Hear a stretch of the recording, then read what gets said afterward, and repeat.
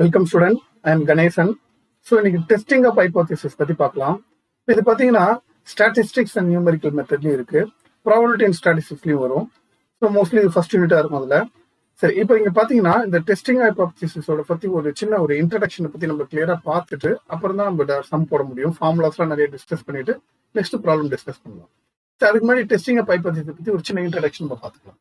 சரி, என்ன testing of hypothesis அப்படின்னு பார்த்தீங்கன்னா, ஒரு குறிப்பிட்ட டேட்டா கொடுத்துருப்பாங்க. அந்த டேட்டா வந்து பார்த்தீங்கன்னா அக்செப்டா ரிஜெக்டடா, அதாவது நம்ம ஏற்றுக்கலாமா ஏற்றுக்க முடியாதா அப்படின்றத பற்றி நம்ம சொல்றது தான் அது.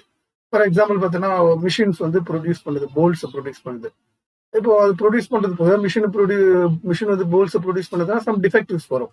அந்த டிஃபெக்டிவ் வந்து பார்த்தீங்கன்னா அவங்களே மேனுஃபேக்சரே சொல்லுவாங்க இத்தனை % ஆஃப் டிஃபெக்டிவ் இருக்குன்னு சொல்லுவாங்க.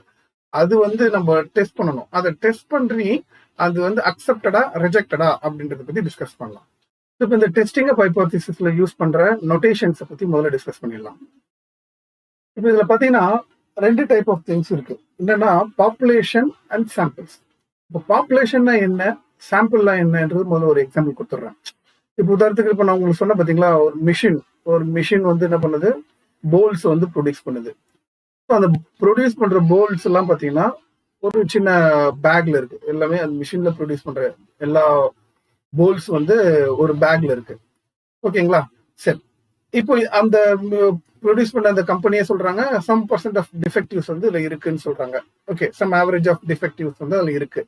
ஓகே, இப்போ இதை நான் டெஸ்ட் பண்றதுக்கு நான் என்ன பண்ணுவேன், நான் ஒரு 10 போல்டை எடுத்து வச்சுக்கிட்டு டெஸ்ட் பண்றேன் எவ்வளவு டிஃபெக்டிவ் இருக்குன்னு சொல்லிட்டு. இன்னொருத்தர் என்ன பண்றாரு, அதுல இருந்து ஒரு 15 போல்டு எடுத்து டிஃபெக்ட் எவ்வளவு இருக்குன்னு டெஸ்ட் பண்றாரு. அப்போ சாம்பிளுக்கு நம்ம ஓவரால் குரூப்ல இருந்து சாம்பிளுக்கு ஒரு 10 எடுத்து 15 எடுத்து டிஸ்கஸ் பண்றோம் பாத்தீங்களா, இதுதான் சாம்பிள்ஸ். அப்போ ஓவராலா இருக்கிற இது வந்து பாத்தீங்கன்னா பாப்புலேஷன். இந்த இடத்துல இது வந்து பாப்புலேஷன், இப்ப இந்த இடத்துல இது வரதான் சாம்பிள்ஸ். ஓகேங்களா? சோ அப்போ இங்க இதுல இருக்கிற பாப்புலேஷன் மீன், அவர் சொன்னாரு ஆவரேஜா இவ்வளவு டிஃபெக்டிவ் வரும் இந்த மிஷின்ல இருந்து ப்ரொடியூஸ் பண்றது அப்படின்னு சொல்றதா பாப்புலேஷன் மீன். அந்த பாப்புலேஷன் மீன் நோட்டேஷன் வந்து பாத்தீங்கன்னா மியூ அப்படின்னு சொல்லுவோம். அதுவே சாம்பிள், நான் எடுத்து சாம்பிளுக்கு ஒரு 10 எடுத்து வச்சுட்டு அதுல வந்து டிஃபெக்டிவ் செக் பண்றேன், ஒரு 3 டிஃபெக்டிவ் வருதுன்னு வச்சுங்களேன், அப்போ சாம்பிள் மீன் வந்து எக்ஸ் பார். இவரு செக் பண்றதுலயும் ஒரு 3 4 வரலாம். ஸோ அது வந்து எக்ஸ் பார். ஸோ இதுதான். ஸோ பாப்புலேஷன் மீன் வந்து மியூ, சாம்பிள் மீன் வந்து எக்ஸ் பார். ஸோ இதுதான் பாப்புலேஷனுக்கும் சாம்பிளுக்குள்ள டிஃபரன்ஸ். இன்னொரு எக்ஸாம்பிள் கூட கொடுக்கலாம். இப்போ உதாரணத்துக்கு உங்க டிபார்ட்மெண்ட் பாத்தீங்கன்னா, உங்க காலேஜ்ல இருக்க டிபார்ட்மெண்ட், கம்ப்யூட்டர் சயின்ஸ் டிபார்ட்மெண்ட்டோட பாஸ் பர்சன்டேஜ் கேட்கறாங்க. கம்ப்யூட்டர் சயின்ஸ் டிபார்ட்மெண்டோட பாஸ் பர்சன்டேஜ் வேணும்னா செகண்ட் இயரோட பாஸ் பர்சன்டேஜ், தேர்ட் இயரோட பாஸ் பர்சன்டேஜ், ஃபோர்த் இயரோட பாஸ் பர்சன்டேஜ். அப்போ இங்க கம்ப்யூட்டர் சயின்ஸோட பாஸ் பர்சன்டேஜ்ன்றது ரொம்ப பாப்புலேஷன். இது வந்து டிபெண்டிங் வித் சாம்பிள்ஸ். என்னென்ன சாம்பிள் டிஃபைன் பண்ணிருக்கு, second year, third year, final year சொல்லிட்டு. இதெல்லாம் வந்து சாம்பிள்ஸ். இதுதான் பாப்புலேஷன் அண்ட் சாம்பிள்ன்றது எக்ஸாம்பிள். சரி, இதுல இருக்க நோட்டேஷன்ஸை யூஸ் பண்றது பாத்தீங்கன்னா, பாப்புலேஷன்ல இருக்க நோட்டேஷனை சொல்றது வந்து பாராமீட்டர்ஸ் சொல்லுவாங்க. சாம்பிள்ல இருக்கிற நோட்டேஷனை ரெப்ரசென்ட் பண்றது வந்து ஸ்டாட்டிஸ்டிக்ஸ் சொல்லுவாங்க. ஓகே, இதுல பாப்புலேஷன் மீன் வந்து மியூ, சாம்பிள் மீன் வந்து எக்ஸ் பார். அதே வேரியன்ஸ் வந்து சிக்மா ஸ்கொயர், சாம்பிளுக்கு வேரியன்ஸ் வந்து எஸ் ஸ்கொயர். ஸ்டாண்டர்ட் டீவியேஷன் வந்து சிக்மா, அதாவது அதோட வேரியன்ஸோட ரூட் தான் வந்து ஸ்டாண்டர்ட் டீவியேஷன். அதே மாதிரி ஸ்டாண்டர்ட் டீவியேஷன் ஆஃப் சாம்பிள்ஸ் வந்து எஸ் ரெப்ரசென்ட் பண்ணும். ஸோ இதுதான் வந்து பாத்தீங்கன்னா டெஸ்டிங் ஹைபோதேசிஸ்ல யூஸ் பண்ற நோட்டேஷன்ஸ். சரி, இப்போ அடுத்தது 2 முக்கியமான ஹைபோதேசிஸ் பத்தி பார்க்கலாம். அது என்னன்னா null hypothesis and alternate hypothesis. Null hypothesis வந்து H0 டிஃபைன் பண்ணணும், ஆல்டர்னேட் வந்து H1. எப்பவுமே நல்ல ஹைபோதேசிஸ் எப்படி எடுத்துக்கணும் அப்படின்னா, அவங்க என்ன சொல்றாங்களோ அது ஓகே கரெக்டா இருக்கு அப்படின்ற மாதிரி அசியூம் பண்ணிக்கிறது தான் நல்ல ஹைபோதேசிஸ்.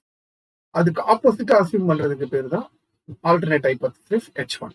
அதாவது அப்போ அவங்க சொன்னாங்க எங்க மிஷின் ப்ரொடியூஸ் பண்ற போர்ட்ல சம் % ஆஃப் டிஃபெக்டிவ்ஸ் இருக்கு அப்படின்றாங்களே.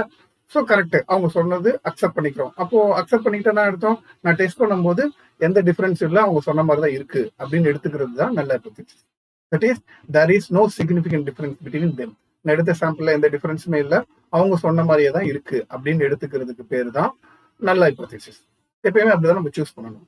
அடுத்து ஆல்டர்னேட் ஹைபோதேசிஸ் அப்படி என்ன ஆகும்னா, அப்போ இல்ல நான் எடுத்த சாம்பிள்ல சம் சிக்னிஃபிகன்ட் டிஃபரன்ஸ் இருக்கு அப்படின்றத எடுத்துக்கிறது தான் ஆல்டர்னேட் ஹைபோதேசிஸ்.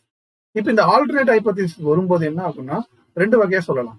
நான் எடுத்த 2 சாம்பிள்லுமே பாத்தீங்கன்னா டிஃபெக்டிவ்ஸ் இருக்கு, ராங்கா இருக்கு, அவங்க சொன்ன அளவுக்கு இல்லாம வேறுபட்டு இருக்கு அப்படின்றதுதான் சொல்றது. μ1 இஸ் நாட் ஈக்குவல் டு μ2ல இருக்குன்னா அது டூ டைல் டெஸ்ட்.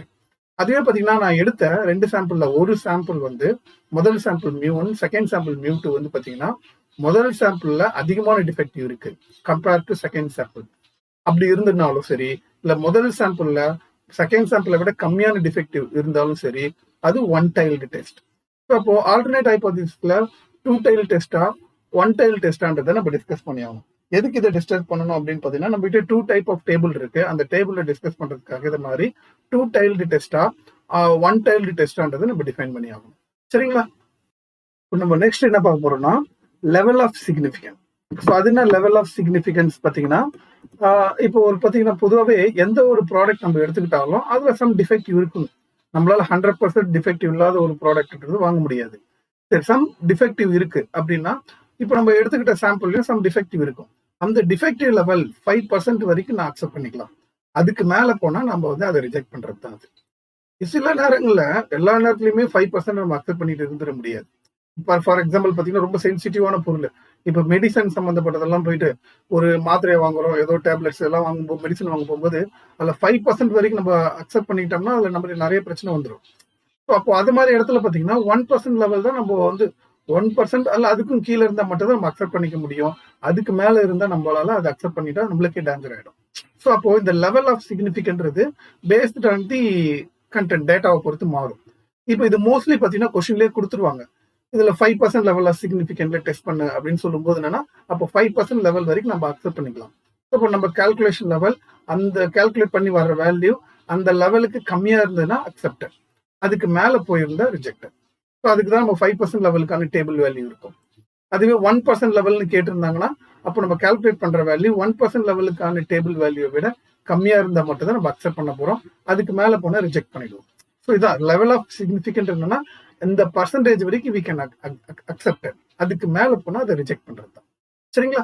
ஓகே, அடுத்தது பாத்தீங்கன்னா டைப்ஸ் ஆஃப் எரர். இந்த டைப்ஸ் ஆஃப் எரர் பாத்தீங்கன்னா ப்ராப்ளம் எல்லாம் யூஸ் பண்ண மாட்டோம், பட் இதுல 2 மார்க்ல கேட்பாங்க. டைப்ஸ் ஆஃப் எரர்ல வந்து 2 டைப்ஸ் இருக்கு, type 1 and type 2. Define type 1 and type 2 error கேட்பாங்க. அதாவது என்னன்னா டைப் 1 எரர் ரிஜெக்ட் தி நல் hypothesis when it is true. அதாவது நல் ஹைபோதீசிஸ் ட்ரூவா இருக்கும்போது அதை நம்ம ரிஜெக்ட் பண்ணிட்டோம்னா அது ஒரு டைப் 1 எரர். ஏன்னா இதில் நம்ம கால்குலேட் பண்றது எல்லாமே அப்ராக்சிமேட் தான், சில மிஸ்டேக்ஸ் எல்லாம் வர சான்ஸ் இருக்கு. இந்த மாதிரி வந்ததுன்னா அது type 1 error, type 2 error define பண்றாங்க. அப்போ H0 வந்து ட்ரூவா இருக்கும்போது, நல் ஹைபோதீசிஸ் ட்ரூவா இருக்கும்போது நம்ம அதை வந்து ரிஜெக்ட் பண்றது ஒரு டைப் 1 எரர். அதுவே H0 வந்து தப்பா இருக்கும்போது அதை நம்ம அக்செப்ட் பண்றது வந்து டைப் 2 எரர். தப்பான நல் ஹைபோதீசிஸை நம்ம அக்செப்ட் பண்ணிட்டோம்னா அது வந்து டைப் 2 எரர். இதுதான் type 1 error and type 2 error. 2 mark ரிப்பீட்டடா கேட்பாங்க. அப்போ ஜஸ்ட் இதை மட்டும் மென்ஷன் பண்ணவே போதும், 2 மார்க் கொடுத்துருவாங்க. பார்த்தீங்கன்னா ஸ்டாட்டிஸ்டிக்ஸ்ன்றதே அப்ராக்சிமேட் கால்குலேஷன் தான், அதனால இந்த மாதிரி ஒரு எரர்ஸ் எல்லாம் வர்றதுக்கான வாய்ப்புகள் அது நிறையவே இருக்கு. இப்போ அடுத்தது பார்த்தீங்கன்னா கிரிட்டிக்கல் ரீஜன் என்னன்னு பார்ப்போம். அதாவது கொடுத்துருக்க டேட்டா எப்பவுமே பார்த்தீங்கன்னா ஒரு நார்மல் ரீஜனுக்குள்ள தான் இருக்கும். கொடுத்துருக்க டேட்டா இப்போ ஃபார் எக்ஸாம்பிள் நார்மல் ரீஜன் எப்படி இருக்கும், இதுதான் வந்து நார்மல் ரீஜன். சரிங்களா? இப்போ இது கொடுத்துருக்க டேட்டா எல்லாமே பார்த்தீங்கன்னா இந்த நார்மலுக்குள்ளதான் இருக்கும். சரி, அப்போ அந்த ரீஜன்ல வந்து பாத்தீங்கன்னா அந்த டேட்டா கொடுத்துருக்கிறது வந்து எய்தர் இந்த சைடு இருக்கலாம் இல்ல அந்த சைடு இருக்கலாம். ஒருவேளை அந்த ரீஜன்ஸ் எல்லாமே கொடுத்துருக்கிறது எல்லாமே இந்த சைடு இருந்ததுன்னு வச்சுங்களேன், அப்போ இதுதான் வந்து நம்ம அந்த கொடுத்துருக்கிறதுனா அக்செப்டட் ரீஜன். அப்போ கிரிட்டிக்கல் ரீஜன்றது என்னன்னா இதை விட்டு அடுத்ததா இருக்கிற இதுதான் வந்து கிரிட்டிக்கல் ரீஜன் சொல்லுவாங்க. அதான் சொல்லுவாங்க the region which leads to rejection. இது அக்செப்டட் ரீஜன்னா ஆட்டோமேட்டிக்கா அக்செப்ட் ஆகாத அந்த சைடு தான் வந்து நம்மளுக்கு கிரிட்டிக்கல் ரீஜன் சொல்லுவோம். So leads to rejection of H0 is called critical region. So இதை ரிஜெக்ட் பண்ற இந்த போர்ஷனை தான் நம்ம கிரிட்டிக்கல் ரீஜன் நம்ம சொல்ல போறோம். இப்போ அடுத்ததான் நம்ம பார்க்க போறது பார்த்தீங்கன்னா சாம்பிள் சைஸ். ஸோ என்ன சாம்பிள் சைஸ்ல பார்க்க போறோம் அப்படின்னு பார்த்தீங்கன்னா there are 2 type of samples பார்க்க போறோம், large sample, small sample. So இது சாம்பிளோட சைஸை வச்சு தான் நம்ம முடிவு பண்ண முடியும். அதாவது சாம்பிளோட சைஸ் வந்து 30க்கு மேல இருந்ததுன்னா அது லார்ஜ் சாம்பிள் ஆகும், 30க்கு கீழே இருந்தா ஸ்மால் சாம்பிளாகவும் எடுப்போம். இப்போ நான் சொன்னேன் பார்த்தீங்களா அந்த போல்ஸ் ப்ரொடியூஸ் பண்றதுல நான் வந்து 10 போல்ஸ் எடுத்து டெஸ்ட் பண்றேன். அப்போ 30க்கு கீழே இருக்க அந்த கவுண்ட்ன்றது அது ஸ்மால் சாம்பிள்குள்ள போயிடும். ஸோ அது மாதிரி சாம்பிள் எடுத்து நம்ம டெஸ்ட் பண்றது எல்லாமே இந்த 3 டெஸ்ட்டுக்குள்ள தான் ஏதாவது பண்ணி ஆகணும். அதுவே நான் எடுத்த சாம்பிள் 30க்கு மேல எடுத்து வச்சு நான் டெஸ்ட் பண்றதா இருந்தா அது லார்ஜ் சாம்பிள்குள்ள போயிடும். சரிங்களா? ஸோ லார்ஜ் சாம்பிள் வந்து பார்த்தீங்கன்னா நம்மளுக்கு ஒரே ஒரு டெஸ்ட் தான் ஃபாலோ பண்ண போகிறோம். அது வந்து Z டெஸ்ட். ஆனால் அதுவே ஸ்மால் சாம்பிள் எடுத்துக்கிட்டோம்னா 30க்கு கீழே கவுண்ட் இருக்கும்போது 3 டெஸ்ட் நம்மளுக்கு யூஸ் பண்ணலாம். அது வந்து ஸ்டூடெண்ட் T டெஸ்ட், அது சிம்பிளாக வந்து T டெஸ்ட்னு சொல்லலாம். அடுத்தது வந்து F டெஸ்ட், லாஸ்ட் வந்து chi-square டெஸ்ட். இந்த 3 டெஸ்ட் ஏதாவது டெஸ்ட் பேஸ்ட் ஆன் தி ப்ராப்ளம்க்கு ஏற்ற மாதிரி நம்ம சூட்டபிள் டெஸ்ட்டை யூஸ் பண்ணி சம் டிஸ்கஸ் பண்ணுவோம். சரிங்களா? ஸோ ஆல்மோஸ்ட் இந்த டெஸ்டிங் ஹைபோதீசிஸ்ல இருக்கிற இன்ட்ரடக்ஷன் பற்றி நான் கொடுத்துட்டேன். இப்போ நெக்ஸ்ட் வீடியோவில் இதோட ஒர்க்கிங் ப்ரொசீஜரை பற்றி கிளியராக டிஸ்கஸ் பண்ணுவோம்.